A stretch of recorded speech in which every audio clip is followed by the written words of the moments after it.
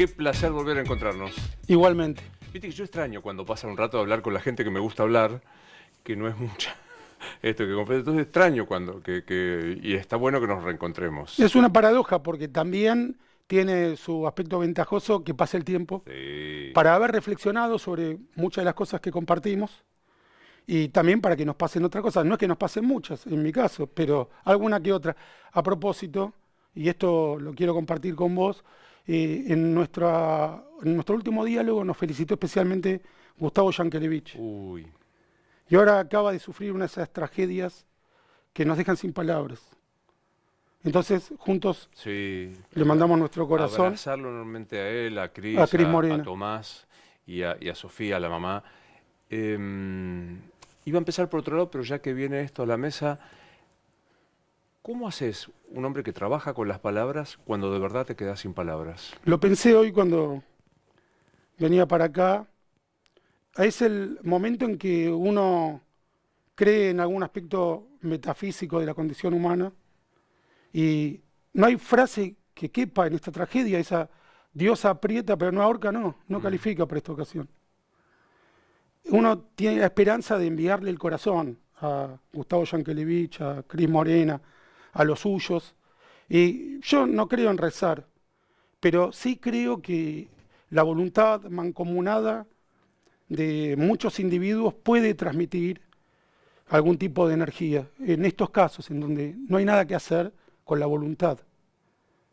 Es una creencia, como todas, incomprobable, pero que de todos modos uno aplica. Y en la mesa de amigos y de la familia, cuando pasa esta tragedia, circula algo con lo que yo me revelo habitualmente, que es el destino. Y estaba destinado. ¿Cómo te llevas con la predestinación? Estoy, cuando le preguntaron a Woody Allen qué opinaba de la muerte, y dijo, estoy en contra. Ah, Estoy en contra. claro. Si existiera, yo actúo como si no existiera. Si algo está predestinado, yo actúo como si no lo fuera.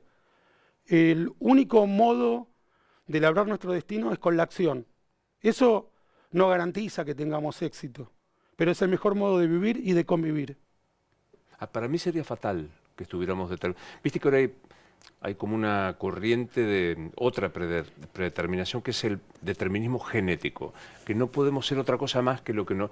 A mí me exacerba, me pongo del tomate con eso. Fíjate que hay una exageración respecto de que no te spoileen las películas. Digo exageración porque la violencia circundante, cuando comentás la película, te dicen, me la estás spoileando. No, no te la estoy spoileando. Te estoy haciendo un resumen sin el final. Te la estoy comentando previamente como hacíamos en el siglo XX. Pero yo no aceptaría que me spoileen la vida. No quiero que me anticipen cómo va a terminar. No me lo spoilees. No creo que sepamos cómo va a terminar. Pero si lo supieras, no me lo cuentes. Y respecto de lo genético también. Y ahí hay mucho para hablar. Nuestra odisea personal, nuestra épica personal, es modificarnos a nosotros mismos, nuestro destino. No podemos renunciar a eso, en mi opinión, acepto cualquier otra, es renunciar al sentido de la vida, que es el suspenso, el misterio. Es muy... Bueno, este año tengo acompañante. ¿Ya viniste con reloj de arena? No, me parece que Creo que no. es la primera vez. Me gusta mucho. Es un poco... Tiene un montón de miradas. Para mí optimista, porque me ubica en que el paso del tiempo es indefectible y tengo que hacerlo aquí y ahora. Algunos se angustian un poco con el paso del tiempo. Hay que hacer un ejercicio de no mirarlo todo el tiempo. Tampoco olvidarlo, pero no estar fijados en el reloj de arena, que para los obsesivos es un ejercicio curativo. Ah, Trabajar en eso, no estar tan atentos al final. Tengo una fábula que se llama El Arca, en mi libro Fábulas Salvajes, en que los animales dejan de realizar sus tareas cotidianas después de que Dios les anuncia el diluvio, porque tienen que construir el arca, entonces ni se divierten, ni cantan, ni hacen lo que hacen habitualmente. Finalmente llega el diluvio, suben al arca, salen a alta mar, pero un par de meses después se avería la nave.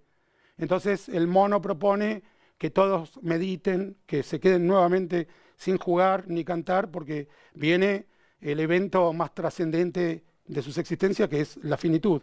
Y el ruiseñor le dice, no pensemos en que se está llenando de agua la nave, sigamos como si nada, que sean los últimos meses de nuestra vida, no los que antecedan a la muerte. Sabemos que está corriendo la arena, dediquémonos a vivir. Pero qué interesante. Soy ruiseñorista, no sé cómo se dice esto. Espera, antes que me olvide, quiero que veamos un flyer, porque sos multimediático. Ah, Estás en la radio, estás en la tele, escribís libros. Bueno, creo que es lo que más te define. Va, al menos para mí sí, mi imagen es el señor que escribe libros. es así. Escribís en Clarín y ahora esto, que es el sábado 20 de septiembre a las 7:30 del Paseo de la Plaza, ¿qué vas a hacer ahí? Son mis mejores cuentos de los que publico en Clarín hace ya 15 años. Seleccioné de esos, son 700, 6, 7 que son los mejores, con música, guitarrista, cantantes majestuosas. Hacemos canciones en vivo especialmente preparadas para el show. Yo no canto, no se asusten, cantan las cantantes. Y narro mis cuentos. Ya en mi edad senecta, he elegido también esta profesión de contar mis relatos, de ser un juglar. Es una sala chica, la sala Pablo Casals, y hay una intimidad como un fogón en el que conmuevo al público con historias de amor, lo hago reír con historias de humor, puedo inquietarlos con alguna historia de suspenso, siempre con algún remate impactante, pero con sentido, y las entradas se consiguen por PlateaNet. Bien. PlateaNet o en la boletería del teatro. Total. No me gustó ni medio que dijeras en mi edad senecta. De ninguna manera me gustó. Ese es el ojo que mira el reloj. La vida, para bien y para mal, no es eterna. Yo considero que ya estoy entrando en mi tercera edad. Julio Iglesias me dijo cuando lo entrevisté que se había hecho amigo del tiempo. Yo no me hice amigo del tiempo, pero lo entiendo. Qué bueno. O sea, no hay amistad más una suerte de comprensión, ¿no? Exactamente, lo tolero. Pero tantas cosas dijiste de las que quiero hablar. Contame cómo lo entrevistaste a Julio Iglesias. Fue algo inolvidable para mí. En Clarín conocían mi erudición en Julio Iglesias, que consiste en que me gustan muchísimo sus canciones, que he escuchado casi todas sus interpretaciones y que lo admiro mucho. Ese es el tipo de erudición que yo considero valiosa en el arte. Y entonces en 2016 me propusieron entrevistarlo, y la entrevista consiste en todos los casos en que él te llama a vos. Julio te llama a un teléfono fijo, por entonces existían los teléfonos fijos. Claro. Y me llamó. Y yo estaba tan entusiasmado con entrevistarlo, que en la primera entrevista no paré de gritar y de hablar más que él. Y sucedió un segundo milagro, además de esa entrevista, que por una asiática que tuvo, él tuvo un accidente de muy joven, que eso fue lo que lo convirtió de arquero del Real Madrid en cantante. Claro. Yo creo que uno de los cantantes más importantes hispanoparlantes, quizás el más importante. Y entonces se suspendió el recital en Luna Park y le hice otra entrevista, un par de meses después. Y esa entrevista aprendí a callarme, aprendí a escuchar. Y salió publicada en Clarín. El privilegio de un artista es volver, pero ahí también ponía la frase, me hice amigo del tiempo. Y luego que se publica el artículo, esto es lo más para mí memorable, me deja un mensaje en lo que era todavía el contestador automático, Julio. Y me dice, soy tu fan, es la mejor nota que me hicieron en mi, creo que 50 años de carrera. Y a partir de ahí, bueno, un mensaje, para mí, uno de los mayores premios que he conseguido en mi profesión.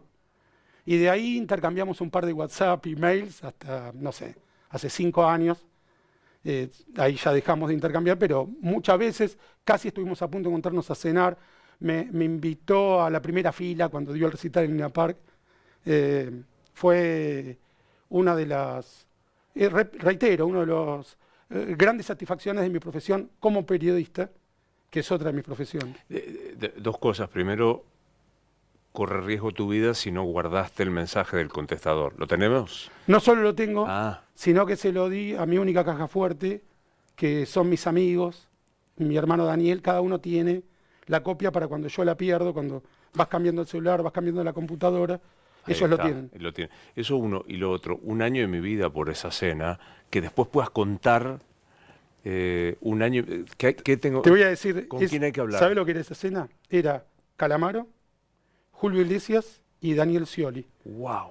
Por algún motivo no se concretó. Tengo el mail y no se concretó. Bueno, la vida te da, como dice la canción de Julio, y te quita. igual lo que me dio es mucho más que lo que me quitó. Está pensando, digamos, vos sos un tipo, no voy a admitir afirmación en contrario, vos sos un tipo muy culto, muy talentoso, y formás parte de los qué feo, de los intelectuales argentinos. Y no trepidás en decir, soy fan de Julio Iglesias. Viste que hay como una pose de cierto intelectualismo, ¿no? Por supuesto, creo que el primer deber de un intelectual es la honestidad consigo mismo. Que tu pensamiento no sea conveniente, ya sea por ser provocador, no me parece bien que provoque solo para conseguir audiencia, ni ir con la corriente para conseguir audiencia. Decir lo que realmente pensás. Y en el tema del arte, decir lo que sentís, cómo escuchás, qué es lo que te gusta de verdad. El cuento que voy a publicar este sábado es sobre un personaje que va a ver el mismo día Solaris de Tarkovsky y El exorcista de William Friedkin. Y por entonces, en 1974, se estrenaron ambas en Argentina, agosto del 74. Quedaba de buen tono decir que te gustaba más Solaris. Yo Solaris la vi una vez y no la pude volver a ver porque me aburre. No la puedo juzgar porque no la vi lo suficiente. Pero El exorcista me parece una obra maestra. Fan. Por entonces la revista Panorama la calificó de un film para medievales y crédulos. Por tratar el tema del mal, que es uno de los temas más vigentes en la actualidad y que no tiene respuesta desde la ciencia. Todavía hoy no la tiene. Por eso la película también por eso. Es tan perdurable. Un intelectual es alguien que dice, a mí me gustó El exorcista. A mí me gustan los westerns. No para provocar, sino porque es lo que de verdad siento en ese evento artístico. Y lo demás es o bien por la galería o bien para ir con la corriente. Eso no es un intelectual. El intelectual es, no en todos los temas, porque no todos los temas son para exponer, pero que en los temas relevantes del debate público dice realmente lo que piensa a riesgo de equivocarse. Claro. Dijiste, coincido, que la entrevista es un acto de escucha, antes que nada. Qué difícil entender eso en los tiempos en donde decir parece que es trascendente, pero no hablo solo en la entrevista, hablo en la charla en general y en el discurso público. Primero, escuchar, por lo menos para mí, ha sido un aprendizaje de décadas, que todavía sigo ejercitando. Y luego, efectivamente, en las redes sociales, en los medios de comunicación, uno ve que los argumentos no hacen intersección. El odiador, el insultador, la grosería, inventa argumentos para rebatir. No son capaces de escuchar y rebatir. Yo, por supuesto, me he equivocado más veces de las que acerté, pero en la mayoría de los casos no le invento el argumento al otro. Juego en el mismo tablero, juego al mismo juego, puedo ganar o perder, pero no, se llama la paradoja del hombre de paja, o no sé si es la palabra paradoja, pero se usa el hombre de paja. Inventar un argumento para rebatirlo porque a vos te conviene. Y eso va acompañado también del insulto, de la intimidación, de la amenaza. No sé si siempre fue así, sí estoy seguro de que en el mundo la estupidez siempre fue como el agua, un 70%. Ajá. En cada uno de nosotros y en la humanidad, 70% de estupidez. No sé si no se incrementó un poquito en este tiempo por obra de las redes, no lo sé. Pero detenete un segundo en esta expresión que me gustó mucho.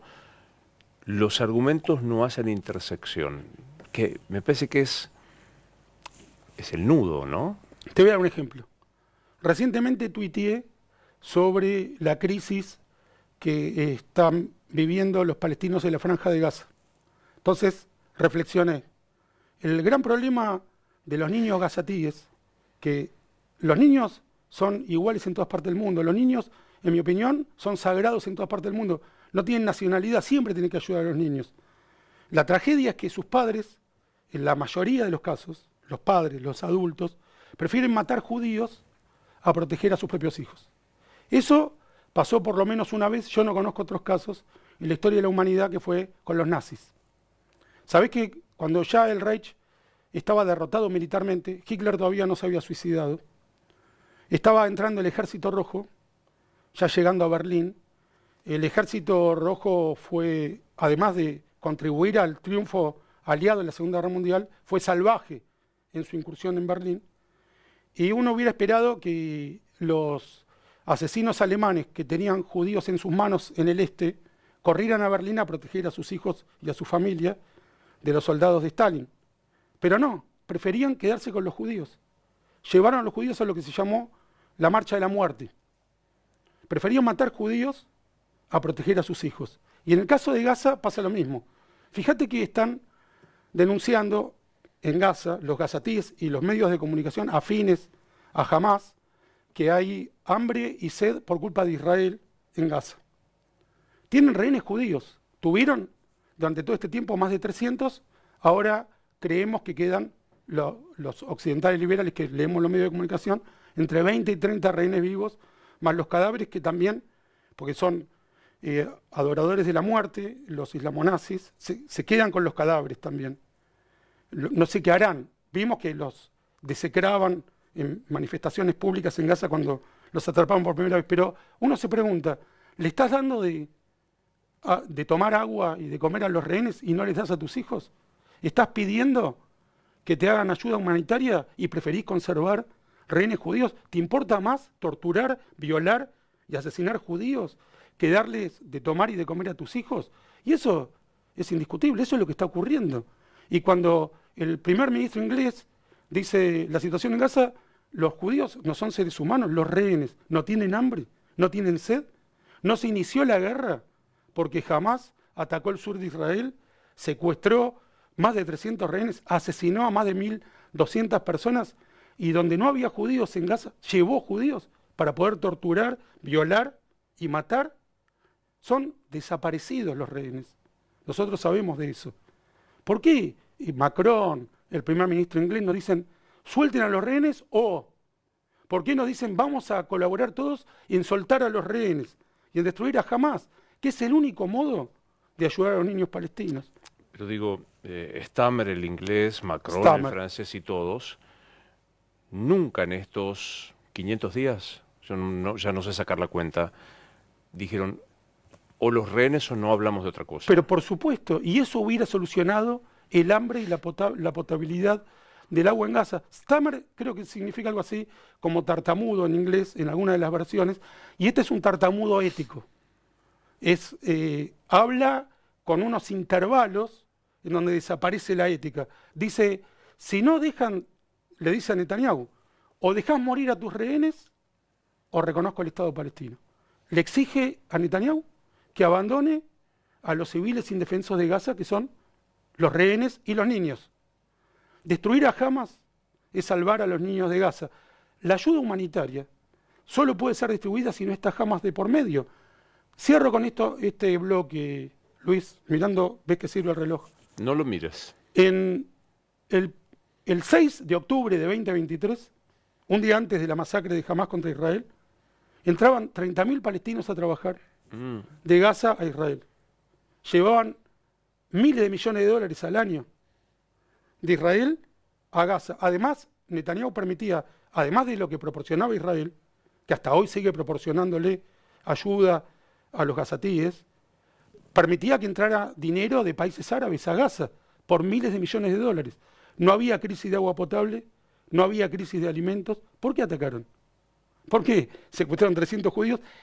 La situación en sí, si uno la mira racionalmente, es, estoy bien, no hay un solo judío en Gaza, no hay soldados judíos en Gaza, tengo agua, tengo alimento, voy, te mato 1.500 civiles, secuestro otros 300, armo una guerra descomunal y te pido además que ahora vos te encargues de mis hijos y de mis civiles que no participan de Hamás. No tiene sentido por donde lo mires. Y primero que no hay precedentes en la historia bélica que una nación atacada como lo fue Israel, de eso tampoco hay duda, fueron atacados sin ninguna provocación previa. Y perdón el paréntesis, la interrupción, no me gusta hacerla, pero quiero decirlo. Todo indica que no era un ataque anacrónico. Por el norte se esperaba Hezbollah, por el sur ingresó. O sea, no era un cumplimiento del objetivo de estas organizaciones terroristas, hacer desaparecer de la faz de la tierra a Israel. Y te agrego algo. Todos los medios de comunicación que leas, especialmente el New York Times, que se volvió un medio pro Hamás, decían que el peligro venía de Cisjordania, que las organizaciones terroristas estaban fuertes en Cisjordania porque con Gaza la situación era un status quo tolerable.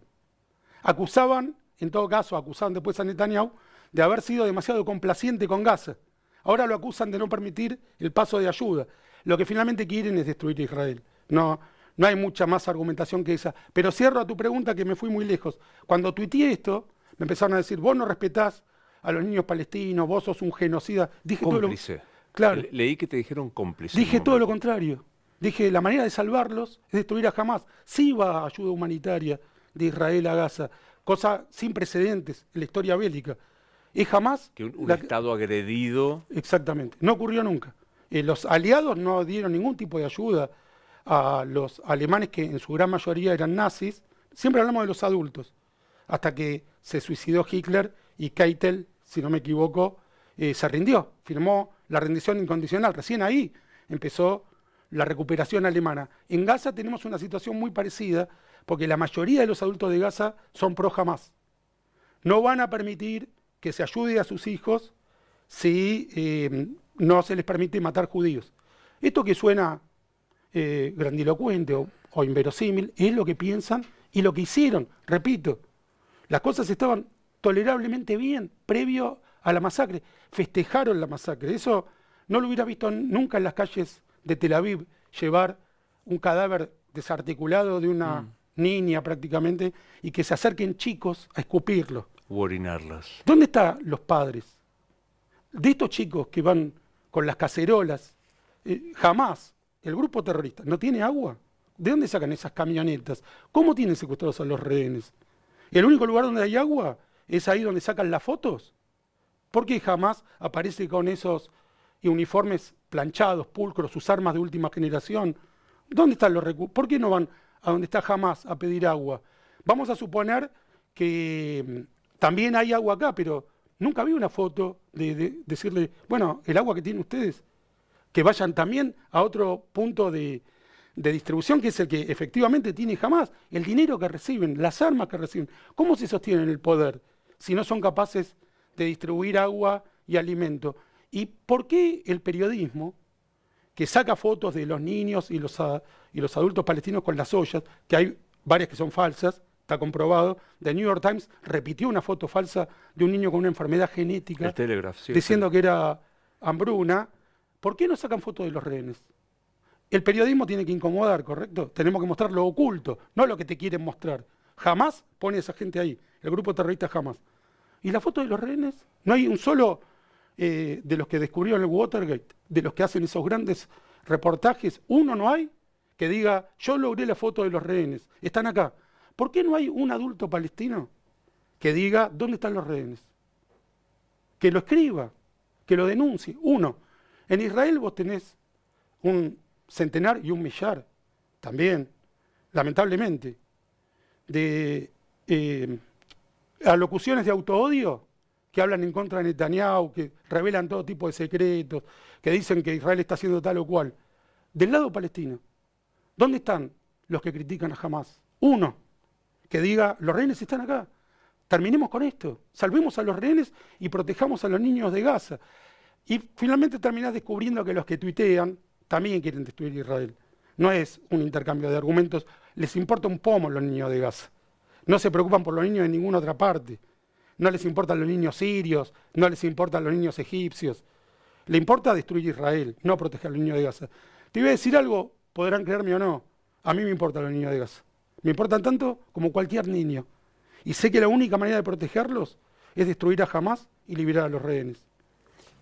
Llegamos hasta acá porque yo te decía, me gustó mucho esta expresión de que no hay intersección de argumentos. En general, y en este caso particular es palmario, se ve con esta explicación que vos lo ves. ¿Qué te pasa en la discusión argentina, donde se discute más el quién que el que... lo dijo Birmacher, no sé, no, es exactamente así.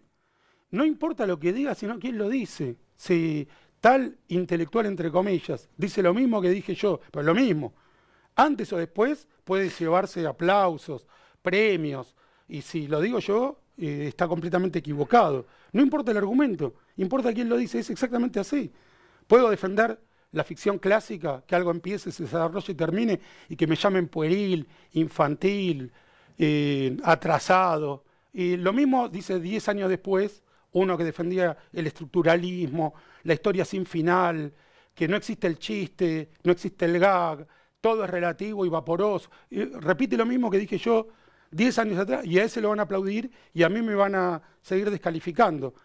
Finalmente, creo que una de las grandes resistencias contemporáneas es defender la argumentación, la razón, en el sentido de la racionalidad y el misterio. Las tres cosas. Hay, por un lado, una disolución de la argumentación reemplazada por el insulto, y ahí el gobierno actual tiene una responsabilidad. Muchas de sus ideas contribuyen a la libertad. El posicionamiento internacional del gobierno de Milei es el mejor que ha tenido la Argentina para mí, desde el 83 para acá, pero el hábito del insulto, el reemplazar argumentos por descalificaciones, la intimidación, es inaceptable.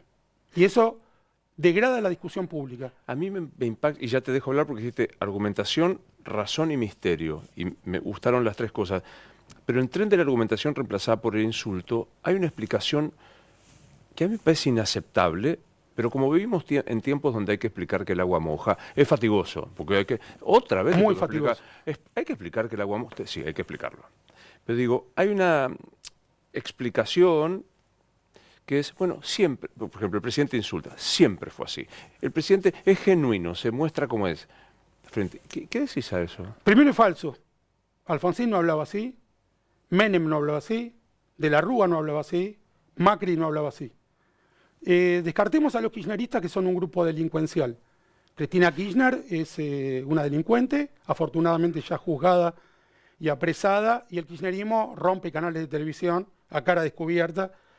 Los emisarios de Guado de Pedro, de Máximo Kirchner, rompieron TN a cara descubierta, repito, son fascistas, son peores que cualquier gobierno que hayamos tenido, y ahí pasan del insulto, de la intimidación, a la acción fascista.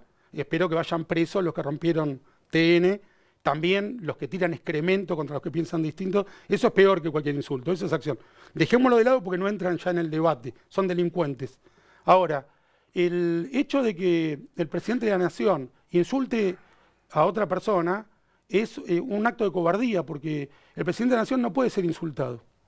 Recientemente el fascista Máximo Kirchner prácticamente lo desafió a pelear a Milei, que es otro acto de cobardía. Vos no podés pelear contra el presidente de la Nación, porque lo tienen que proteger las Fuerzas Armadas.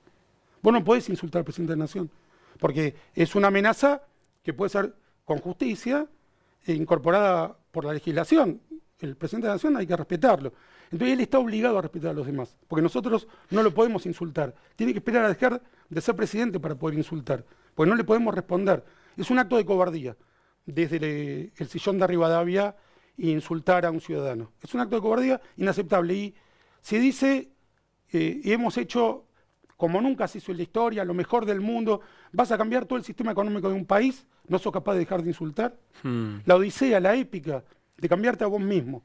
Mirá lo que le estamos pidiendo. No le estamos pidiendo que diga grandes verdades. Le estamos pidiendo que no insulte. Los 10 mandamientos, a los que afortunadamente el presidente es adepto y respeta a muchos de ellos, no nos dicen que difundamos la verdad. Nos dicen que no digamos mentiras. No nos dicen que salvemos vidas. Nos reclaman que no asesinemos. Y no nos dicen que distribuyamos la riqueza. Nos dicen que respetemos la propiedad privada, que no robemos. No le estamos pidiendo que hable floripondiosamente, le estamos pidiendo que no insulte, por la negativa. Todos podemos no insultar. No existe alguien que esté fatalmente escrito en las estrellas que tiene que insultar. Eso es algo que todos podemos evitar. Sin contar que yo estoy convencido, será que tengo años de analizante, de analizarme, que el insulto califica al insultante, no al insultado. La elección del insulto te define. Definitivamente. Te agrego, en las redes sociales hay mucho insulto sexual y homofóbico, en donde intuyen que los agredidos tienen los mismos apetitos que los insultantes. Hacete hacer tal cosa, hacete hacer cual otra. Y a mí me recordó a un asesino argentino que se llamaba Massetti, Sí. que fue Tucumán, la guerrilla. el creador del Ejército Guerrillero del Pueblo, que operó en Salta contra el gobierno de Ilía. Contra Ilía, imagínate una guerrilla contra Ilía. Y el nivel de psicosis asesina que tenés que tener, Macetti. Y ese había elaborado un libro de la guerrilla, el EGP. ¿Sabe lo que incluía? Que si encontraban a 2 hombres teniendo sexo, los iban a matar. Eran 10, 5, 7. Y se le ocurrió poner eso en el manual de la guerrilla, que es como piensa la izquierda. La izquierda trotskista, Miriam Bregman, vienen de ahí. ¿A quién se le ocurre poner en un manual de la guerrilla lo que ponés? Mirá la cantidad de cosas que podés poner. Que vas a matar a 2 personas por estar juntas, 2 adultos. Hay alguien que está desesperado por hacer eso, que está todo el tiempo pensando en eso. Para mí no hay duda. No hay ninguna duda. Lo mismo que el que te insulta con eso. Es porque eso lo excita. Y no se atreven a vivir su deseo, entonces voy a usar un verbo que no me gusta, pero lo proyectan en otro. Dedicate vos a eso. Yo no hablo de eso. Yo estoy proponiendo ideas. Rebatime mis ideas. Y situate en lo que dije, no inventes lo que dije. A mí, en ese aspecto, creo que estamos viendo el medioevo progresista. El medioevo progresista que eliminó el misterio, todo es explicable, el cerebro lo explica todo, la genética lo explica todo, la virología, ¿no? Cuando inventaron que había que usar barbijo, cuando inventaron que tenía que quedar encerrado en tu casa, no barbijo en un recinto quirúrgico, sino que tenía que usar barbijo a 20 metros de otra persona, o en el gimnasio, o en la pileta. Bueno, disparates, imbecilidades. No existe el misterio y tampoco existe la razón. Qué bueno que volviste a esto de razón, argumentación y misterio. El misterio es esencial para la condición humana y la genética no lo explica todo. El cerebro no lo explica todo. Literariamente yo digo, no hay mayor tesoro que un par de preguntas que nadie te pueda contestar. Eso es deliberado, yo las conservo esas preguntas. No quiero que nadie me las conteste. Pero además, objetivamente, el 70% de las cosas no tienen explicación. No las tienen. La ciencia es llegar hasta donde podés, no inventar hasta donde no podés llegar. El Big Bang, el Sol, todavía falta mucho para entender bien qué está pasando, qué es el universo. Estamos, pero muy lejos de acercarnos a una verdad. Algo sabemos, pero la existencia humana es completamente aleatoria. No la reemplazo por la superstición, no la reemplazo por la metafísica, simplemente conservo mi curiosidad. En el programa que yo tengo en Radio Mitre, Viaje al Centro de la Noche, siempre repito, solo somos expertos en curiosidad. Nos acercamos a la ciencia, no la convertimos en una religión. Respetamos la religión, no la convertimos en una ciencia. Tenemos nuestra convicción en estos 3 mandamientos que te acabo de recitar. Y seguimos escuchando perplejos, seguimos escuchando. Sabemos que no nos vamos a mover de ahí, ni vamos a robar, ni vamos a asesinar, ni vamos a mentir. No lo vamos a hacer, pero seguimos escuchando. ¿Qué significa cada una de esas cosas? Tenemos los oídos abiertos, el alma curiosa. Creo que se está perdiendo, que se reemplaza por el insulto.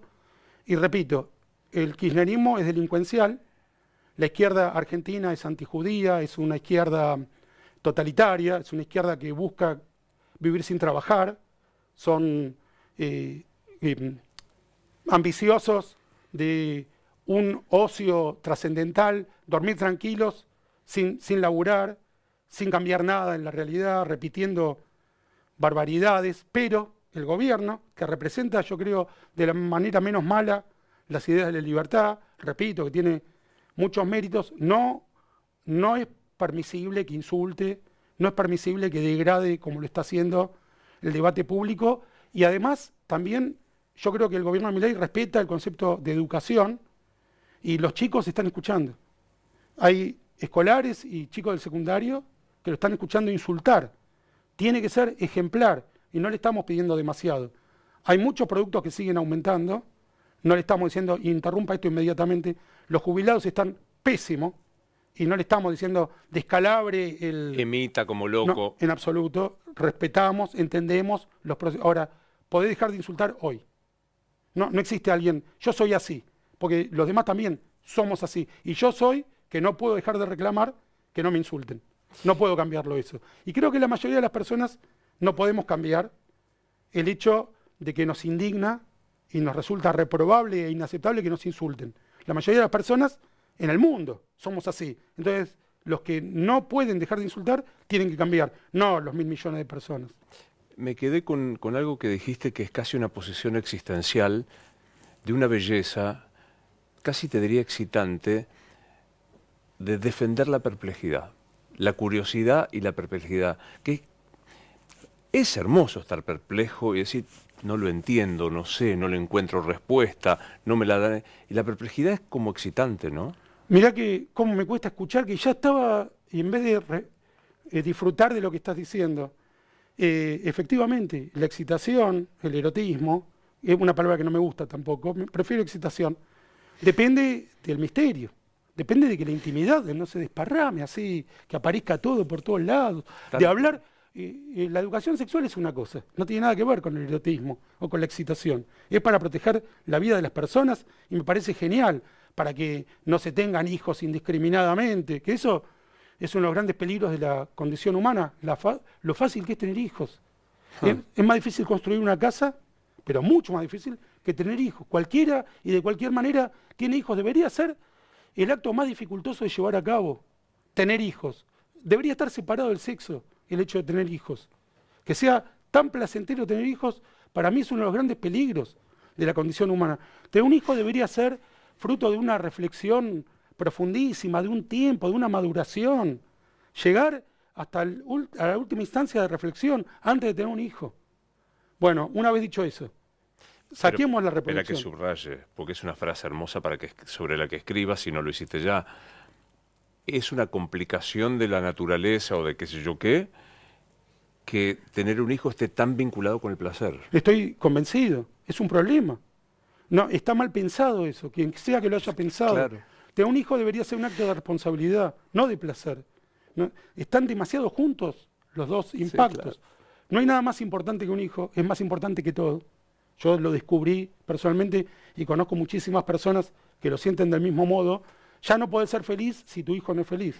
Yo no sé cuántas veces fui feliz, pero definitivamente las veces que fui feliz fue cuando mis hijos fueron felices. Ahí fui feliz. Lo tengo transparentemente claro. Ahora saquemos la reproducción, saquémosla.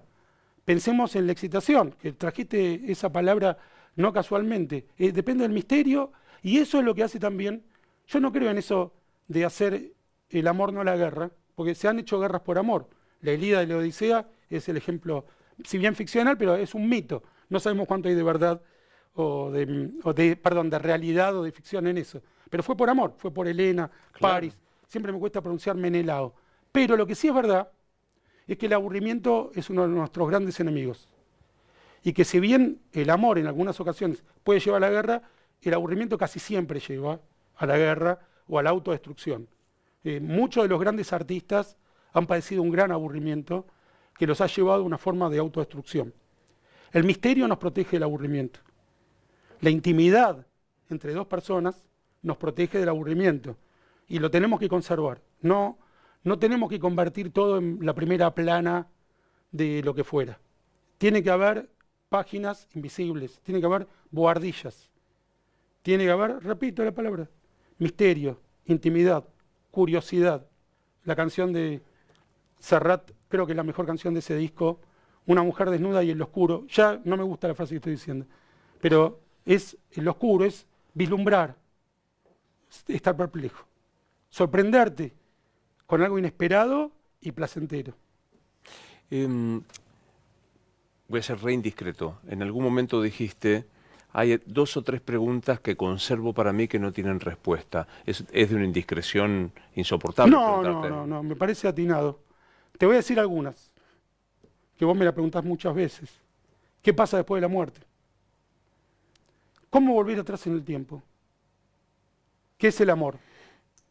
De esas 3, yo creo que las 2 primeras alguna vez las vamos a resolver. ¿Sabes qué? Los otros días, acá sentado, esperando para grabar en silencio y oscuro, que un estudio a oscuras es una experiencia hermosa, como una galería de arte vacía, como un teatro vacío.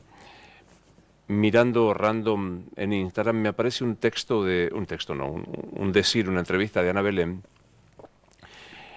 que dice, para atrás, solo para saber de dónde vengo. Para adelante, poquito, porque me queda menos. Intento ubicarme en el presente. ¿Te cierra eso? Sí, y me gustaría. Primero quiero decir algo, vos me acabás de convidar un vaso de agua. Y a mí me parece muy valioso eso. Yo lo necesitaba. Más que el reloj, pensaba, ¿llegará el agua hasta el final de nuestra conversación? Y me lo acercaste. Y para atrás, estoy de acuerdo, y voy a compararlo con una anécdota que viví hace ya muchos años. Yo acababa de llegar a Israel, o hace un par de días que estaba, y fui caminando sin preguntarle a nadie hasta la ciudad vieja. Y siempre me pierdo, desde que soy un niño. Y aparecí en un monte, no sé dónde. Pimientos aparecí, pero arriba de la ciudad vieja. Se veía, pero no tenía la menor idea de cómo llegar. Y le pregunté a un señor, en una especie de bar que había perdido ahí, más perdido que yo ese bar, en el medio de la nada. Y entonces me indicó con el dedo, que es como yo prefiero que me indiquen.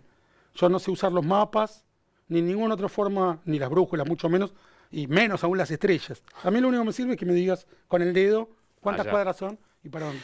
Entonces le agradecí mucho, le dije Toda Rabá, que es muchas gracias en hebreo, y empecé a caminar en la dirección. Y me detuvo, me chistó. Digo, ¿qué pasó? ¿Qué me olvidé? Todavía no usaba celular. Y giré y me estaba ofreciendo un vaso de agua, que yo lo necesitaba, y me dio un vaso de agua. No me olvidé nunca más. Es como el vaso de agua que no me voy a olvidar que me acabas de convidar. Esas cosas quedan en nuestro pasado y es bueno volver a mirarlas como si mira un paisaje. El futuro, comparto, no hay que ser ansioso, es otra de las cosas contra las que yo tengo que luchar. También lo fui aprendiendo. No sabés si mañana va a salir el sol.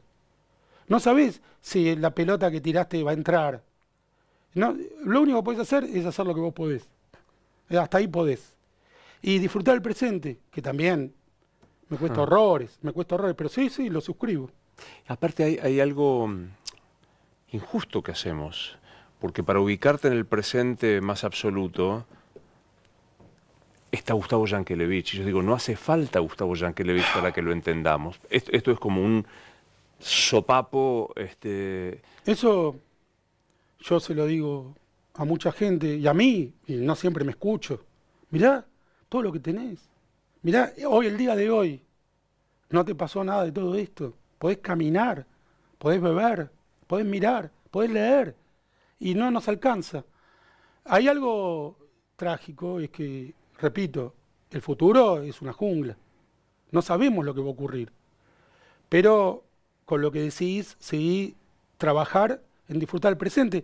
Parece autoayuda, pero no lo es. Yo renegaba porque decía, viste, hay algunas técnicas que yo con todo cariño, respeto, admiración, que yo menospreciaba, que es inspirar y esperar para ubicarte en el presente. ¿Y no será? Es verdad. A mí me pasó. Yo lo despreciaba igual que vos. Hacía humor con eso, me burlaba y conocí a un profesor que me enseñó un par de tips y me funcionaron. Ahí está cuando uno no es supersticioso. Es aún lo que vos dijiste toda tu vida, nah, bueno, si funciona, funciona. Claro. Y cuando algo funciona hay que aceptarlo. Yo en literatura tengo una serie de paradigmas. Una historia tiene que empezar, desarrollarse y terminar. Tiene que tener un twist. Tiene que ser de humor, trágica, dramática o romántica. Tiene que contar algo que el lector no hubiera imaginado antes de leerlo. Tiene que plantear un nuevo punto de vista. Todo eso, pero he leído textos que no respetaban ninguna de mis consignas y que eran extraordinarios, maravillosos. Y entonces, ¿qué haces? Y decís, bueno, funciona, lo acepto. No te emperrás en lo que pensabas hasta ese momento. Y si mañana aparece acá un pequeño demonio, o eso, en vez de respetar la ley de gravedad, sube para arriba, y bueno, no te vas a aferrar a la ciencia como si fuera una religión. Vas a decir, hay que cambiar el paradigma. Porque habitás la patria de la perplejidad y la duda. Si habitás la patria del dogma seguro, aunque suba esta porquería... Perdón, y ahí estamos parabólicamente...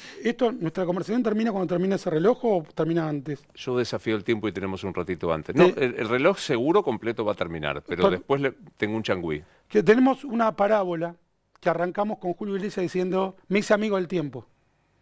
Y estamos llegando a la conclusión de que necesitamos hacernos amigos del tiempo. Y ahí te reitero lo de mi edad senecta, que te acepto que no me lo aceptes, no tenemos ningún problema.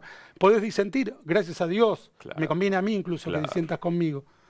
Pero cosas que uno considera autoayuda, que el término en sí no me gusta, finalmente uno dice, bueno, Ah, sí, pero, hay cosas pero. que son más grandes que yo no probé y que en mi perplejidad ejercito y acepto. No puedo, no, porque siento que debo hacerlo. Me impacta cuando vos haces algún comentario caminando por la ciudad vieja en Jerusalén y pienso en tu hermano. ¿Sabés que te lo debo haber contado otras veces, pero lo voy a repetir para enhebrarlo en nuestra conversación de hoy? Las últimas veces que nos vimos siempre fueron en el 11. Yo lo había visitado un par de veces en Israel, pero fueron en el 11. Una vez él no podía venir a mi casa a comer porque él respetaba de manera ortodoxa el kashrut, el kasher, el comer kosher, todo el mundo sabe lo que significa, ¿no? ¿Sí? Pero tiene que tener también vajilla, etcétera. Entonces yo Ah, le podía preparar, por supuesto, comprar comida kosher, lo hice muchas veces, pero no, él no podía usar mis cubiertos. Y tampoco yo iba mucho a su casa porque tenía que respetar yo demasiadas cosas. Entonces le dije, hay una cantina kosher en Paso y Tucumán, encontrémonos donde nos podamos encontrar.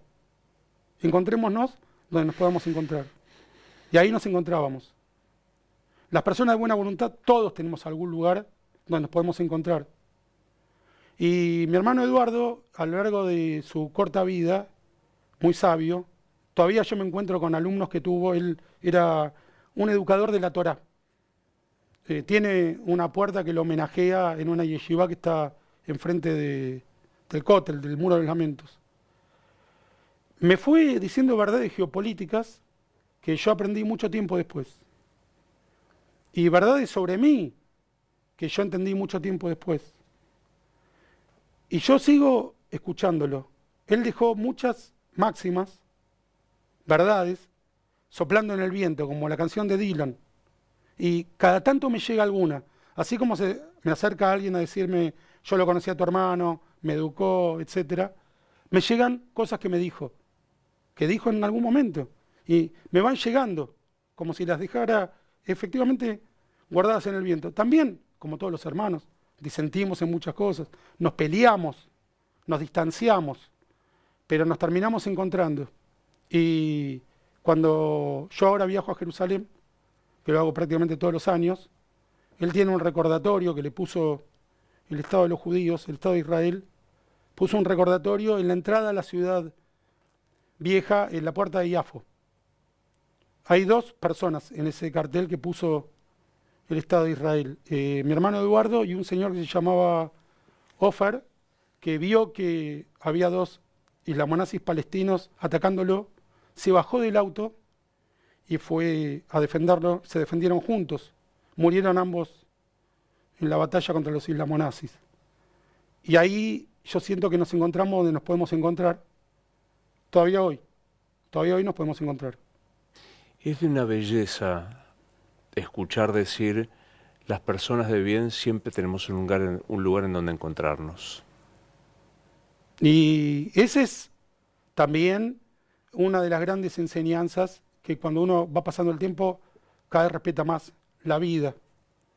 Eh, el generar esos lugares, el decidir, no impongas tu lugar, no te quedes donde no te quieren, inventa un lugar donde te puedas encontrar, a donde asistan voluntariamente las personas que se quieran encontrar. Alguna vez voy a fundar la aldea El Siglo XX, donde nos vamos a encontrar de esta manera. Em, María O'Donnell, cuando vino acá, creo que fue ella, ni me acuerdo, en un momento me dijo, se supone que es una nota de dos, pero yo uso el recurso de entra tal persona que le decís, me decía, ¿cuánta gente que entra? Y estoy tentado de hacerlo con el respeto y el cariño del caso. Entra tu hermano por ahí, ¿qué le dirías? Nunca me preguntaron eso. ¿Dónde estuviste?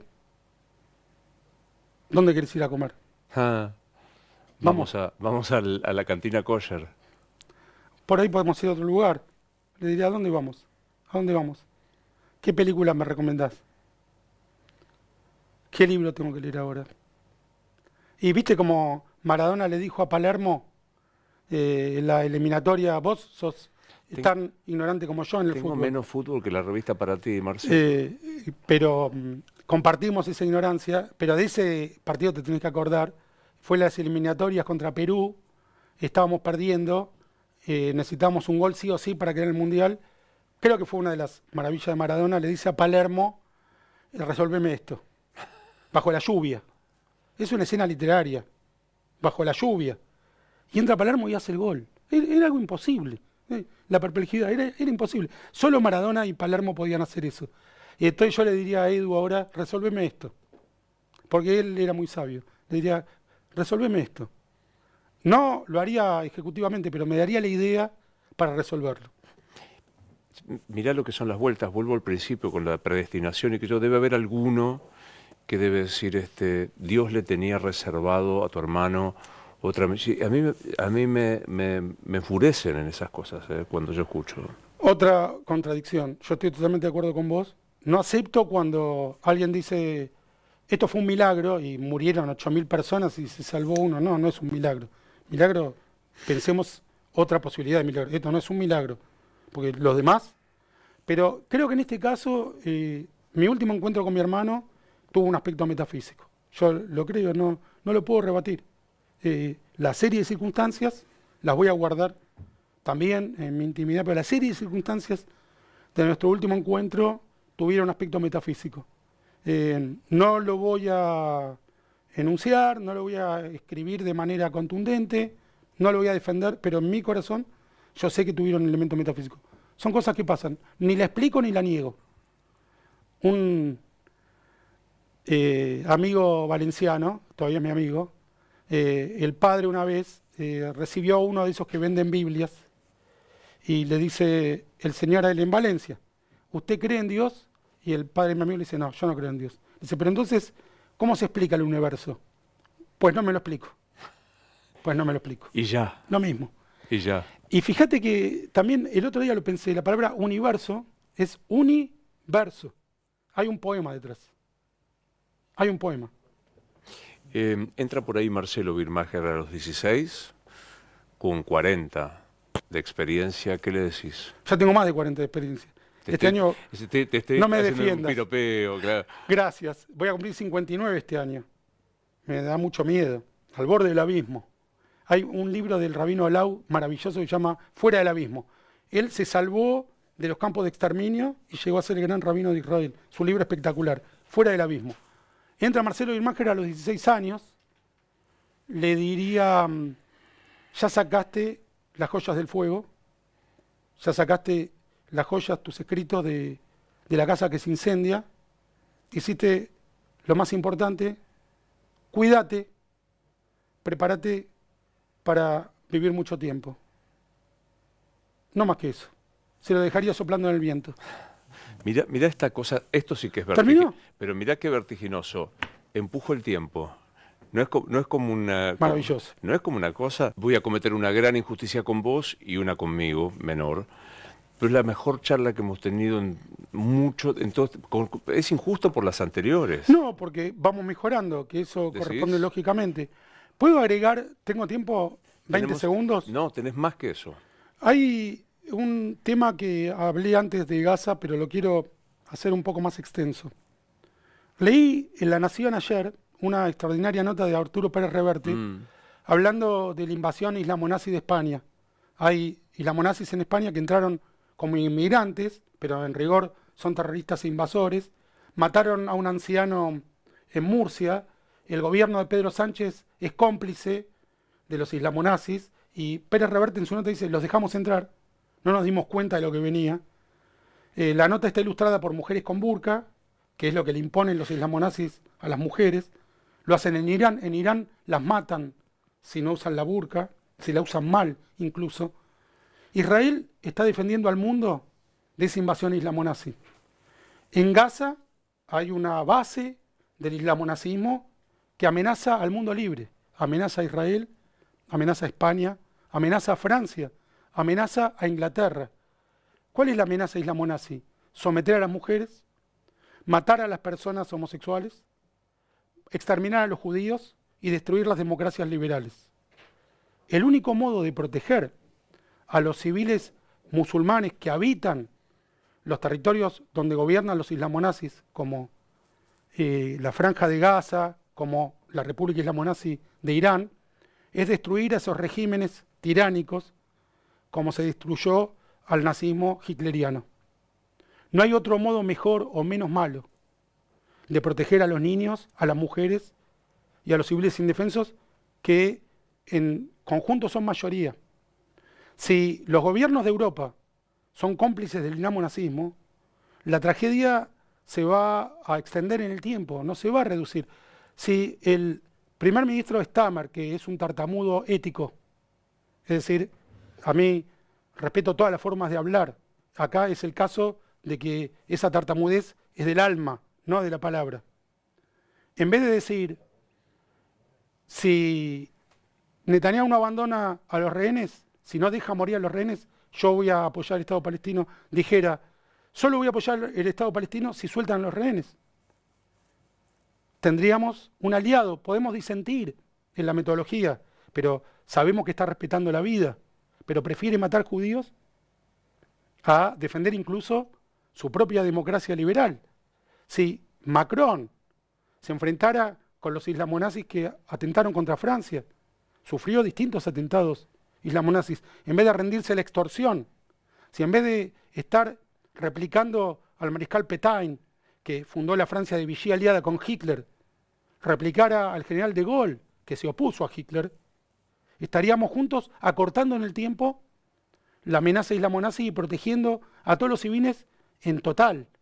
Y cierro, Luis, diciendo que esta guerra es una de las pocas en donde la palabra, las posiciones, la política, es más importante que los avances militares sobre el terreno. Esta guerra no se puede terminar de ganar con el New York Times mintiendo en contra de las democracias liberales y a favor de Hamás. Esta guerra no se puede terminar de ganar si la mayoría de los periodistas del occidente liberal no defienden la democracia en contra del islamonazismo. Y las víctimas van a ser prioritariamente aquellos que defendemos la libertad de expresión. Es fetiche la pregunta, ya lo contaste, pero si no la hago, nos morimos y ¿qué pasa? Es una de las preguntas que no tienen respuesta. No me atrevo a decir nada, porque ¿quién puede saberlo? Es parte del suspenso, del misterio que le da sentido a la condición humana. Julio Iglesias, escuchar la canción se llama Aunque te haga calor. La última estrofa, si me la acuerdo de memoria, va a ser nuestra mejor entrevista. Más temprano o más tarde parará tu reloj. Y si es cierto que hay una meta, allí te espero yo. Y si no, mal de muchos, que funciona también. Aunque ya sin cabeza, poco habrá que entender. Fue la mejor. Un placer verte siempre. Gracias a vos, Luis.